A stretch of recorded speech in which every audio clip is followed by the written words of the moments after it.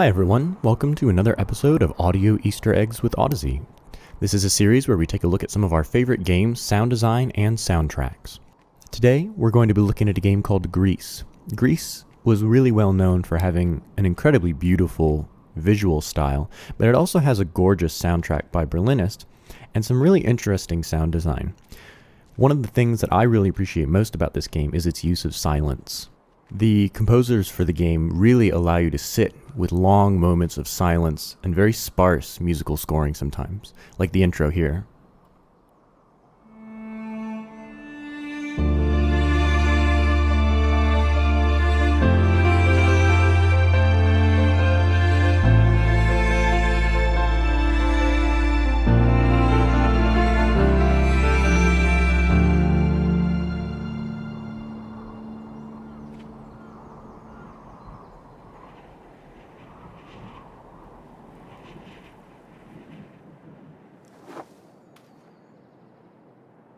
So one thing I notice about this is that the use of such long silent spaces with just the sounds of wind rustling, some footsteps, and maybe a few other ambient sound effects really enhances the sense of isolation that the main character has in this game. It's a very lonely landscape.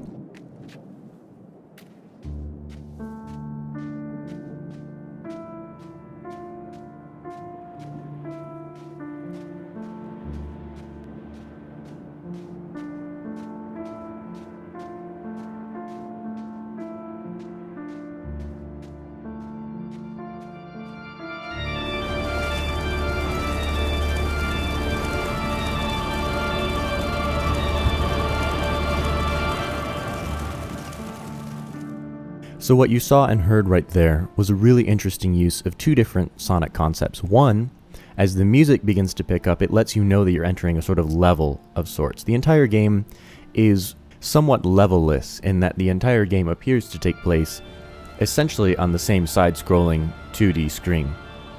When the music does start, it lets you know that you're about to encounter a new environment, a new challenge, or a new puzzle of some kind.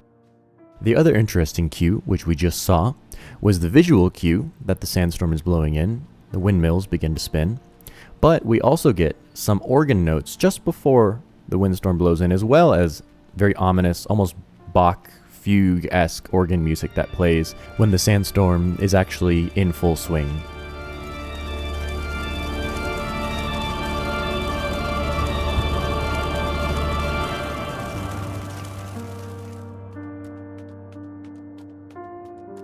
The contrast in tone between these two different musics, as well as the sound design of the wind blowing during the sandstorm and it blowing you over and not allowing you to progress, really heightens the tension between what is, at times, a very lonely, isolated game, and then during the sandstorms is an incredible disruption to this sensation of an empty, large, isolated space. Because Gris has relatively low gameplay stakes, it's largely a 2D side-scrolling puzzle platformer with relatively easy difficulty.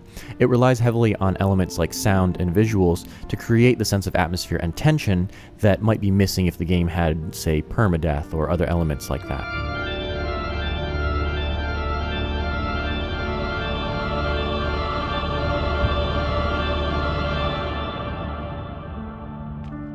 In storytelling-based games like this, the sonic element is extremely important for building that sense of atmosphere and getting the player involved emotionally in the game. One, as I mentioned before, is including high-stakes gameplay elements. A game that does this really well is Dark Souls. It's extremely high stakes and extremely skill-based.